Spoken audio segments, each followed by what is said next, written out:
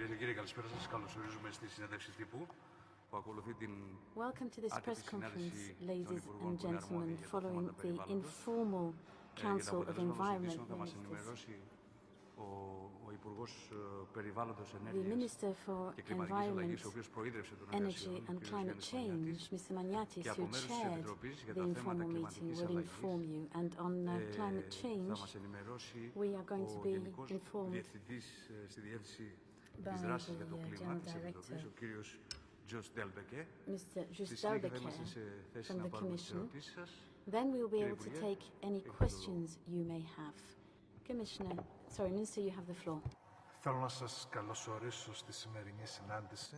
Θα επιδιώξω να είμαι σύντομος. Welcome to this press conference. I will strive to be brief. Today's informal meeting of environment ministers was discussing two major issues. The first point discussed this morning was how Europe as a whole, with a particular focus on the Mediterranean, can address the question of blue growth, marine growth, in a holistic manner to ensure that we can create a further pillar of growth, boosting income and create new jobs. This afternoon, we had two main points for discussion, the major point being climate change and the upcoming international meetings at all levels. First and foremost, the ministerial meetings in Bonn and then in Nairobi, and of course also the major question of concern to the Environment Ministers' Council, which is the link between climate change and energy. So, in a nutshell, on the blue growth issue,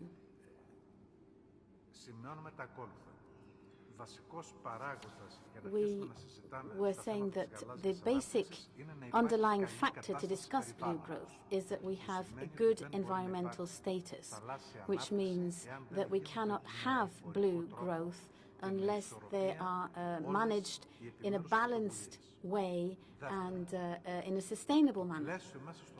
Secondly, the framework within which all of our action must take place has to be covered by the framework provided by the Marine Strategy Framework Directive.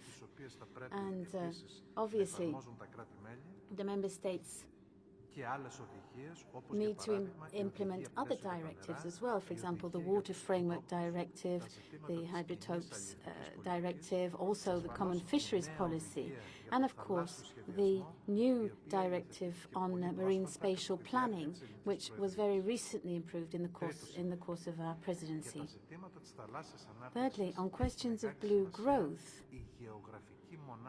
the geographic unit of reference is crucial within which policies and actions are to be implemented.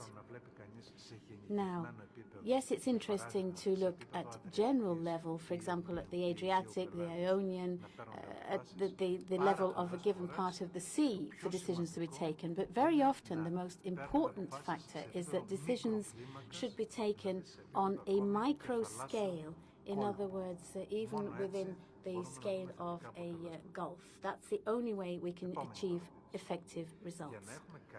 My next comment would be that if we are to achieve good environmental status, then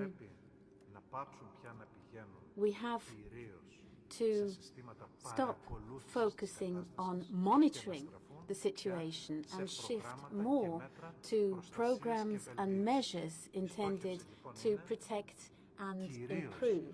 So the aim is action first and foremost. More action and less funds for monitoring. The fourth line is that it's important to implement regional agreements, as for example the Barcelona Agreement, the Barcelona Convention for the Mediterranean. Within the Euro-Mediterranean focus as well, there was a very interesting exchange of views recently with a very large number of ministers from outside the European Union as well. And I think that the declaration, the Athens Declaration, which was issued yesterday, can also constitute a very important tool towards protecting the marine environment. But I would point out that issues which need to be addressed are not on the equal level of development amongst the 27 member states. Very often it's also the fact that, as for example, at least 4 member states have not adopted the Convention on the Law of the Sea. Fifthly, the Marine Strategic Framework Directive has to be seen as a cross-cutting horizontal policy, cutting across all of the other sectoral policies. And I think it has to be flagged up within all policies and at all levels. Sixthly, at international level, we recall that on governance, in the monitoring of the seas and oceans. In the future, we want the international community confirmed that international law of the sea is the appropriate legal framework, so it has to be further implemented towards the sustainable use of the oceans, and the European Union fully backs that position. Seventhly, until 2015, we are going to continue to work on the goals for sustainable development, and I think that we need to address seriously the need also to have a global target, global goals as well for the oceans. My final and 8th comment, which picks up on what we were discussing this afternoon. And this is the question of the international meetings on climate change. It's quite clear that the European Union has exceeded its commitments. From the presentations, or what we heard from the discussions and also during the working lunch, we've heard that the European Union has overachieved on its commitments under the Kyoto Protocol and can send out a clear signal for the adoption of an ambitious, legally binding agreement at global level for addressing climate change. Now, that clearly is the overriding aim. In other words, in Paris next year, that we have a global, legally binding agreement on climate change. And then there's also the question of the climate and energy package with a view to 2030. We had a very fruitful exchange of opinions. As you're probably already well aware and could be expected, there are many different views on this, depending on the approach adopted by each individual member states. We had a very useful exchange of views, and it's quite clear that we can't have one single comprehensive decision or agreement on this, because obviously we have to work through until October under the Italian presidency on this. That's when we need to take a decision. The Hellenic presidency believes that this needs to be further discussed in the Environment Council to be held in June in Luxembourg. That's all I wanted to say. I would also like to welcome Mr. Bruinings, who is the Executive Director of the European Environment Agency, who is also going to discuss certain issues with me. Commissioner, you have the floor. Thank you very much. And my part, or my presence in the discussion was on climate issues. And as the Minister just said, we prepared in particular for the important sessions that are going to take place in Bonn on the 5th and the 6th of June. And we have a good story to tell, because the European Union has been able to overachieve what it committed under the Kyoto Protocol. Now, two important elements came out of the debate and out of the facts that we are preparing. And the first element is that the most important achievement basically is that the EU has been able to decouple economic growth from further increase in emissions. So we had a continued economic growth and at the same time a pronounced decrease of emissions even during the recession that we have been having over the last couple of years. So that's a very important structural change that is quite promising for the continuation of our policies. The second element is that we see in the emissions reductions a tremendous convergence between different economic structures in the member states. We have wealthy and less wealthy member states now. In all these member states, the emissions pattern has been converging quite significantly, emissions per capita as well as the emissions intensity per unit of GDP. So we have a good story to tell in the upcoming session in June in Bonn. Now, a very important part of our discussion was to prepare for the discussion that our ministers are going to have in June in the Environment Council, but also the preparation for the debate that the heads of state are going to have on 2030, end of June. And perhaps three elements were striking in that debate. The first is that all member states are doing their analysis and are making decisions to prepare for the progress report that is awaited from President Van Rompuy to the heads of state at the European Council end of June. So analysis and policy decisions in the capitals is on full speed. The second element I think that is worth mentioning is that with the political developments in the northeast of Europe, there is quite some debate about energy security and how to reduce the energy dependence of the EU, in particular when it comes to natural gas.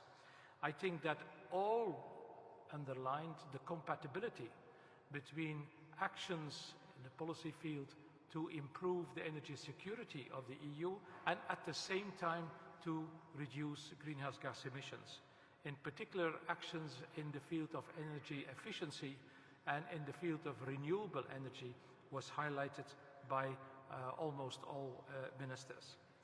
And the third element I would like to mention is that there was a preliminary debate, an early debate, on how to share out the efforts and how to improve the solidarity when it comes to the implementation of the emission reduction policies. There was elements of cost effectiveness, elements of fairness, elements of convergence in the future, but it was a wide-ranging debate on which now I think all ministers are going home and reflect further on the process that is going to take place in a quite intensive manner during the month of June. Thank you. Thank you very much indeed to the Commission. Now, if you read the program, you'd have seen that Mr. Hans Breunig made a presentation in the course of the afternoon discussion, and I think he will be able to give us some indication of what was discussed there. Okay, if you allow me, I would like to comment briefly on the Blue Growth agenda and then on the climate change presentation that I made. For the Blue Growth agenda, our analysis at the European Environment Agency has been rather straightforward. Blue growth in the long run is only possible if it is based on a sustainable, high-quality marine ecosystem.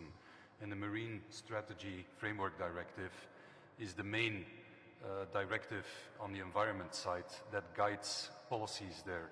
Now, the 2020 objective is good environmental status for European seas.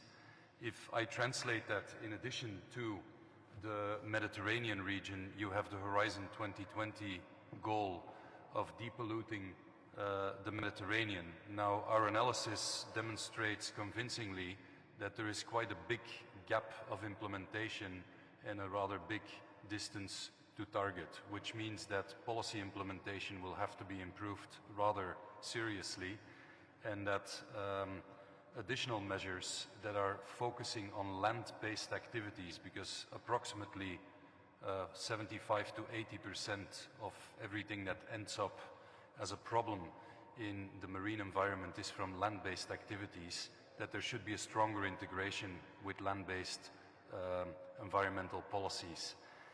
An additional point, and then I will move to climate change, is that the knowledge base on which we are building our marine policies remains rather sketchy. We don't know as much about our marine environment as we know about land-based issues or air pollution, and so the commitment of the countries around the Mediterranean under the Union for the Mediterranean, and broadly speaking of the EU member states, to provide quality data on all of the elements that are of relevance to marine ecosystem qualities is actually very important if we want to have evidence-based and data-driven policy improvements in the future. And the Environment Agency will obviously play a role in gathering the data, making sense of it, and producing reporting mechanisms at the European level, but the fundamental data needs to be there. Then on the climate change issue, maybe three core messages. The core message is that, based on our analysis, it is very obvious that European policy matters when it comes to climate and energy policies. And this is a very important message. It is a message that has produced since 1990 trend lines, important trend lines in decoupling, as Mr. Del Beke has said. It has produced serious trend lines in greenhouse gas emissions per capita that are decreasing, energy intensity and greenhouse gas intensity of the economy. So these trend lines are a sort of stable structural element in European climate and energy policies.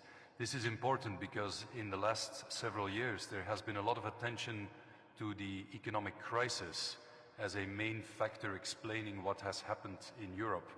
Now we have analyzed this quite extensively, and even in that period the crisis can only explain 30 to 50% of the observed decreases in greenhouse gases. So even in that period, European policy frameworks and trend lines remained rather stable and structural. And I think it would also be a fallacy to focus uniquely on those 4 or 5 years of the crisis. And I'm well aware that when I say these words in Greece, this has a strong meaning. But at the European level, the crisis in terms of greenhouse gas trends is a turbulence in a stable trend line downwards. And I think this is important if we look forward to the 2030 and beyond formulation of policies in the climate and energy package. A second key message coming out of our analysis is that in 1990, when you look at the European member states, there was a very broad and divergent scope on key indicators, on greenhouse gas emissions per capita, on energy and greenhouse gas intensity of the economy. Over the last 20-some years, due to economic policies and climate and energy policies, we see a very strong convergence in Europe on these key indicators. This is an important message because it means that the mechanisms that Europe has put in place are actually decreasing the span and the scope of difference within member states. And this obviously is also an important element when the Commission and the member states are preparing the 2020 to 2030 next period, because structurally these things are very different now than they were in 1990, and we think they should be taken into account. A last and brief point is that Europe will be overachieving in 2020 in the second commitment period, and this is more than expected. This does not mean that there is no scope for even better policy implementation. An analysis which we have produced and which we presented together with DG Klima illustrates that not a single European member state for the moment is actually fully delivering on its policy commitments of the 2020-20 package. So if better implementation would be there, we would be overachieving even more, and it would also close the gap of where we need to be in 2030 significantly. So this is another important message that we can derive from our analysis. Thank you. Thank you very much indeed, Mr. Brunix. Well, I think we're ready to take your questions.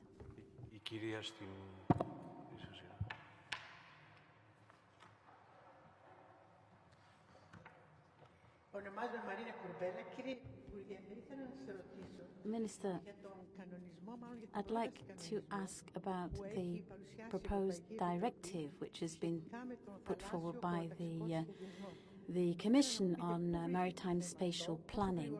What is the state of play? How quickly is that going to move forward? And has there any progress been made within the Hellenic presidency? And now my second question for the representative of the European Commission on the program Connecting Europe. Just a few days ago, various programs were issued in the energy and transport sectors. Is the Commission thinking of including environmental programs in the Connecting Europe facility on, for example, cross-border pollution, this type of thing? Not only projects which cover one single EU member state, but which refer to several, as is provided for by this initiative. Thank you. Όπως γνωρίζετε πολύ καλά, εδώ βρισκόμαστε.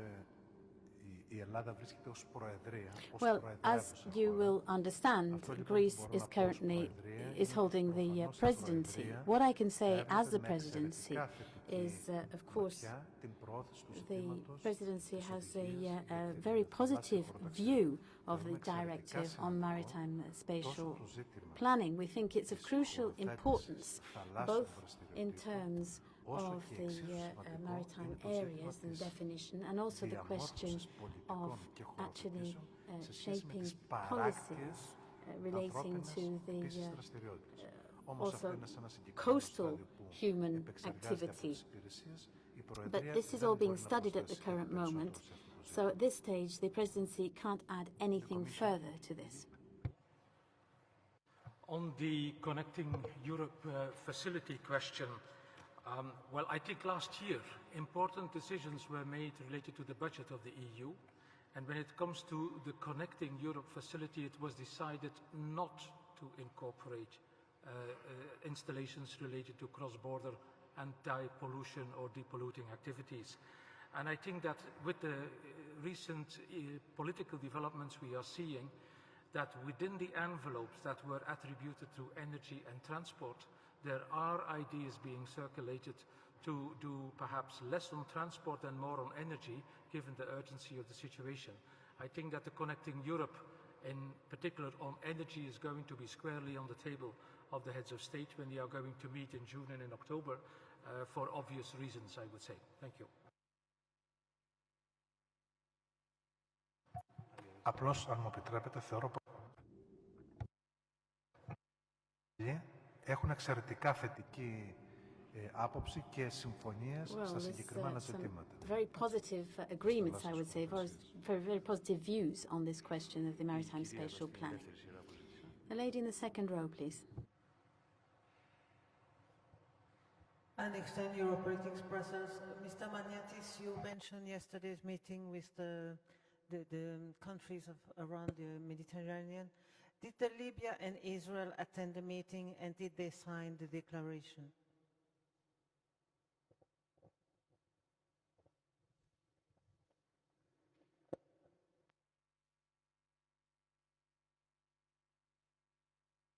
Well, we were all present yesterday We were all present yesterday at the Union for the Mediterranean, and there was quite a high attendance, including from Israel, including from Libya, and they all signed the declaration and supported the creation of an expert group on climate change in particular. Let me just... Απλώς να προσθέσω, να υπενθυμίσω ότι στο ίδιο I'd just like to remind you that in the course of yesterday's meeting, Greece, Cyprus and Israel declared their intention to take one step further, which hasn't happened, has never happened to date in the Mediterranean, and we want to establish a joint declaration on the protection of the marine environment against possible accidents related to hydrocarbon exploitation. And we think that that initiative could act as a model for similar cooperation with other neighboring countries as well. Any further questions? Could you provide an estimate for the revenue that blue growth could bring to Greece? And do you have any concrete proposals about how Greece could utilize its environment and natural resources to achieve growth? Thank you.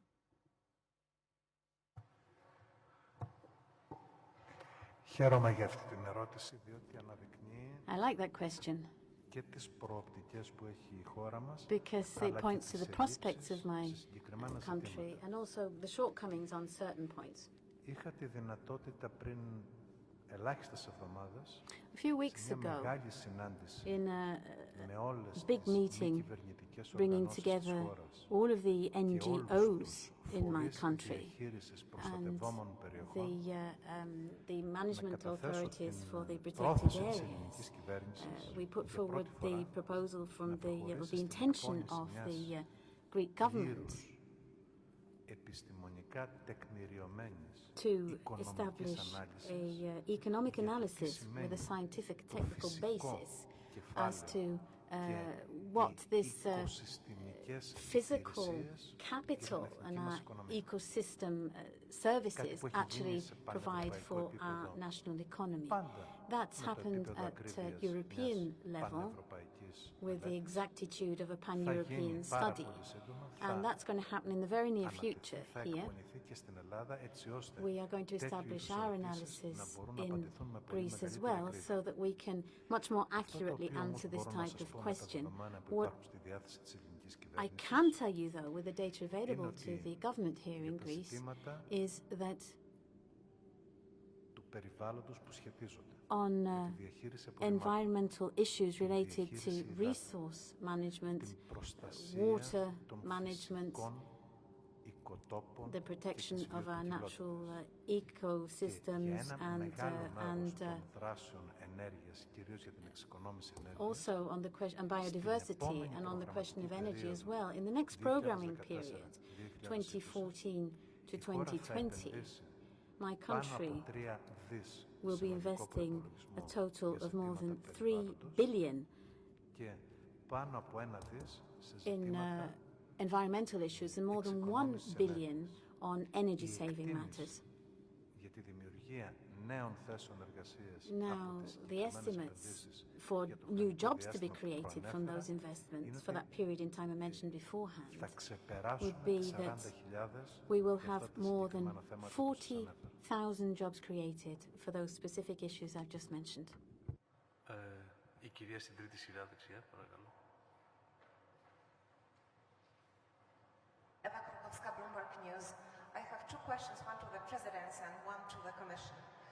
To the Presidency, Minister Maniatis, you said that the discussion today was fruitful, but opinions of member states still vary.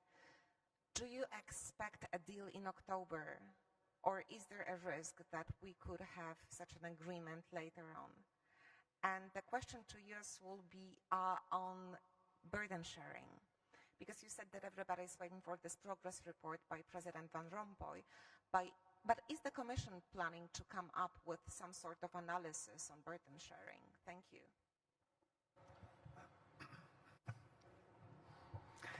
Θα ήμουν ο ευτυχέστερος των προέδρων I will be the της happiest τελευταίας τουλάχιστον of δεκαετίας. all chairmen Εάν θα for at μπορούσα least να the past απαντήσω decade, με ακρίβεια if στην I were ερώτησή able σας. to give you a very exact answer to your question. Believe me. Μπορώ όμως να... Είναι προφανές ότι είμαστε υποχρεωμένοι, έχουμε δεσμευτεί ως We've Ευρωπαϊκή Ένωση, committed, ως though, as a κράτη-μέλη, European Union, the member να states καταλήξουμε of the σε European δεσμευτική Union, συμφωνία to μέχρι τον achieve a Οκτώβριο binding του 2014. agreement by October Οι 2014. κατευθύνσεις που έχουν δοθεί Now, από το Ευρωπαϊκό Συμβούλιο, the από τους directives which have αρχηγούς emerged κρατών και from the κυβερνήσεων, European Council, the heads Είναι of state and government, in other words, οι γενικές διευθύνσεις, the κυρίως general ενέργειας, αλλά και lines, περιβάλλοντος, mainly for να energy but also for the προχωρήσουν σε environment, επιμέρους is that we λεπτομερέστερες should προσεγγίσεις για το μεγάλο αυτό ζήτημα.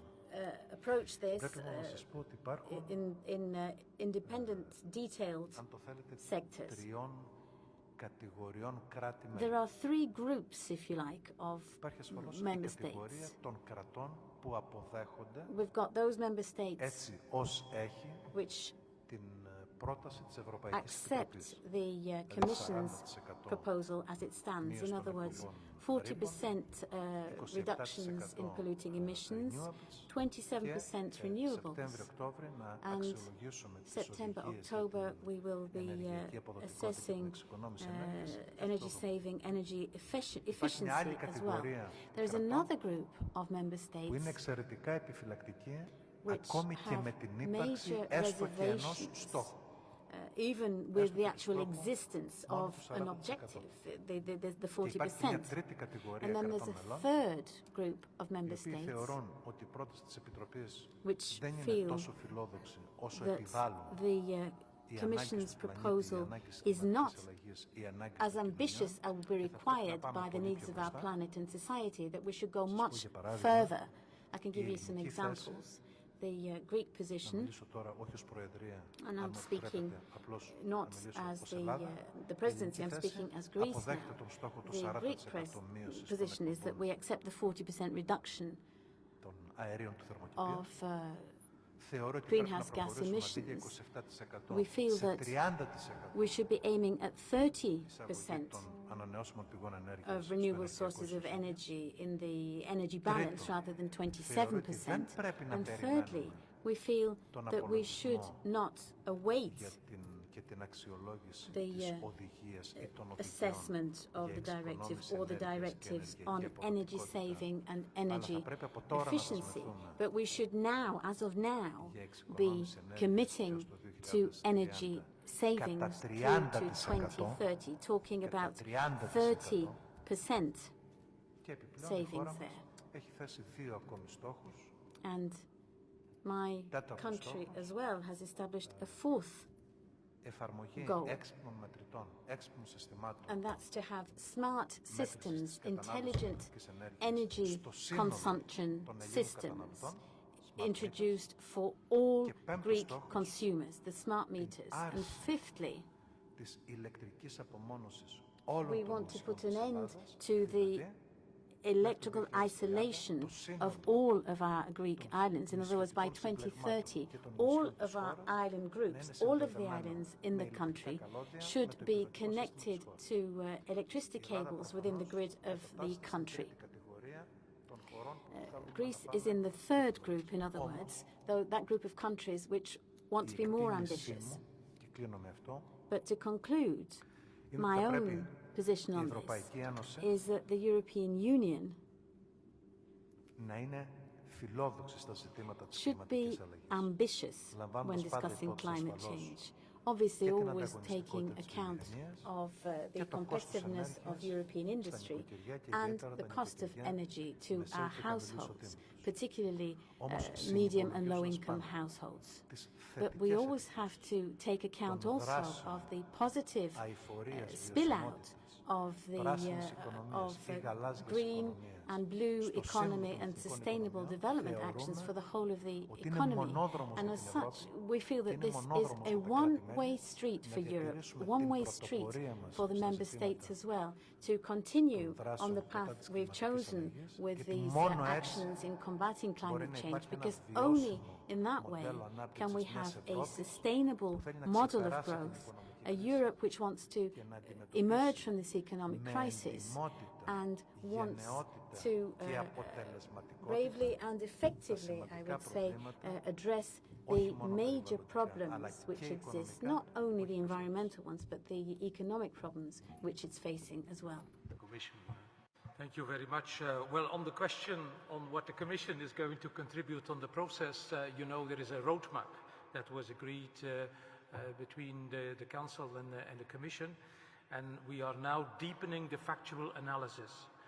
And one instrument in that is that the Commission has been sharing with all Member States factual sheets on where we think we have information on the Member States that we are now checking with the Member States in view of preparing the bilateral meetings that are going to take place mid of June. Now, these bilaterals are going to be organized by the cabinet of President Van Rompuy, and the Commission is going to be there to facilitate that process. So if it is considered useful after those bilaterals to prepare an additional document that could facilitate the further process, the Commission is always going to be available for doing that. But we will assess that after having had the bilaterals with all Member States and in the run-up to the European Council in June. We will have quite a number of discussions to see how we are going to structure the process between June and October, because the heads of state have decided to decide in October. A stock taking is going to take place in June, but between June and October, quite a number of activities are going to take place, and the Commission will be available to facilitate that process. Thank you, Mr. Delbecque. If I may, θα ήθελα να προσθέσω κάτι που ίσως μου διέφυγε σε μία από τις προηγούμενες ερωτήσεις. I'd just like to add something I forgot under a previous question when we were talking about blue growth and jobs.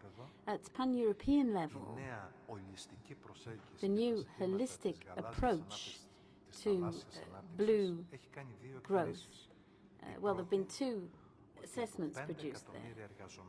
From 5 million workers in that sector now, if we implement these policies, we will have 7 million. In other words, there will be a 2 million increase in European workers in those sectors. And we're talking about 500 billion euros per year from those activities for our national economies, which will help us exceed, well, we're going to see about 100 billion increase in turnover in our European economies, from 500 to 600 billion if we implement these policies on blue growth. Άλλη ερώτηση, παρακαλώ. Any further questions, please? Αν δεν υπάρχει κάποια άλλη, ναι. If there are no further questions,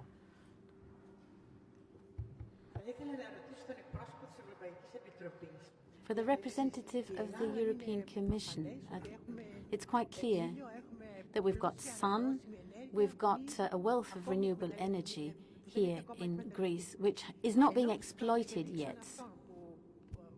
In view of these developments, which have shown energy as being a really crucial issue, is the Commission thinking of providing incentives for renewable forms of energy, tidal energy, wave energy, wind energy, solar energy? Is there any kind of idea of an incentive to push this forward for the EU? Well, two comments on this question. The first is that the good news in the field of renewables is that the cost related to the creation of this renewable energy has gone down significantly over the last couple of years. So the need for subsidy regimes is becoming much less, in particular in areas where there is a lot of wind for wind energy and in areas where there is a lot of sun for solar energy. So essentially that's very good news. But we have to think on the next generation of renewable energy, and for that we have a dedicated fund where we have set aside under the ETS, the emissions trading system, 300 million allowances that we have been selling on the market, and we, that is the European Investment Bank, that is now having a pot of money of more than 2 billion to hand out to all those investing in these new renewable energy resources. And that experience is proven to be very useful. So many ministers during our debate this afternoon have raised the issue on whether we should not expand that activity not only for new renewable energy, but also for other useful things like putting in connector facilities between member states, or putting up other useful investments in the field of industry, where we can produce steel with less reliance on CO2 emissions and things like that. So the energy-intensive industry is becoming a demandeur for help and support for low-carbon technologies. So in short, yes, there are possibilities, and we are more than willing to exploit them further with the help of the European Investment Bank. Thank you. I think that concludes the press conference. Thank you very much indeed. Have a good evening.